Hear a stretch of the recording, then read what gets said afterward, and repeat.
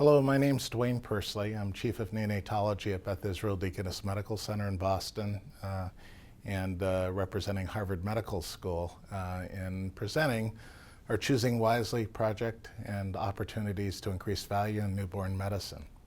For the next couple of minutes, we'll consider neonatal tests and treatments for which evidence of efficacy is lacking. There's evidence of harm and our costs are poorly justified. And I'll discuss very briefly the process and outcomes of the American Academy of Pediatrics Perinatal Section's Choosing Wisely approach to identifying 5 such tests and treatments at the national level. The gross domestic product, which is the total cost of goods and services produced in the U.S. in a year, is estimated to be about $15 trillion. It's estimated that about $2.7 trillion is the amount expended on healthcare expenditures. That's about 18% of the GDP. And this would constitute, as you can see from this diagram, the 5th largest economy in the world.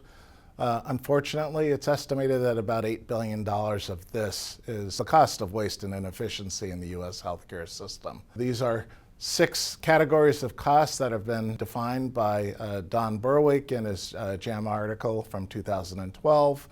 And overtreatment is defined as those expenditures that really have no value, and it's estimated that they represent about $200 billion a year.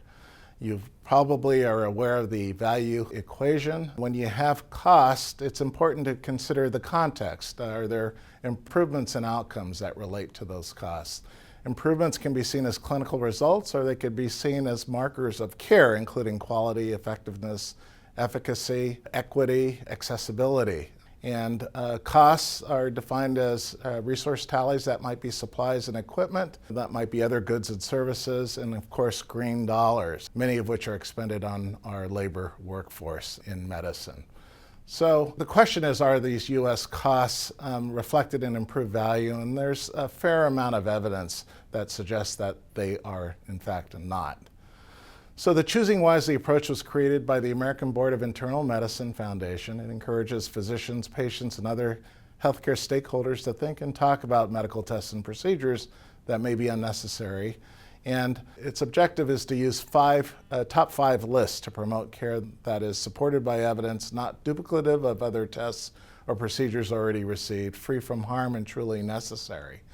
And this is a fairly complicated slide that illustrates our approach. We surveyed about 3,000 members of the AAP Perinatal Section and attendees, about 1,000 attendees at a Vermont-Oxford Network annual meeting. And from those, we received about 2,800 candidate tests and treatments, about 1,600 tests, 1,200 treatments. We convened an expert panel who reviewed these, first without any clinical context, and we were able to distill this down to a smaller number.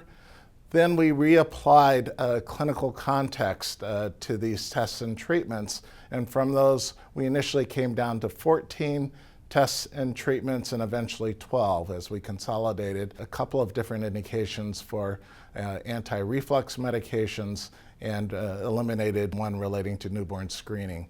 We then did literature reviews on these tests and treatments, presented them as 1-paragraph summaries to the expert panel, and came down to our top 5 lists. And here you can see both our top 5 lists as well as other final considerations. The top 5 are illustrated on the slide.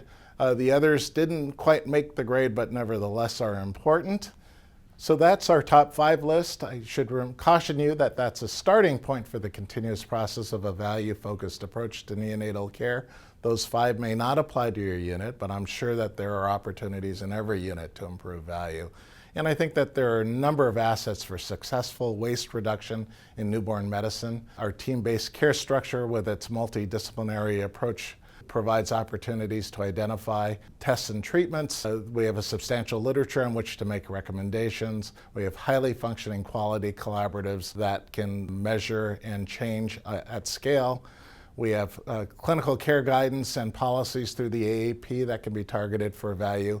And we have an evolving healthcare system with technologies that should provide for better measurement as well as influence for change. Thank you.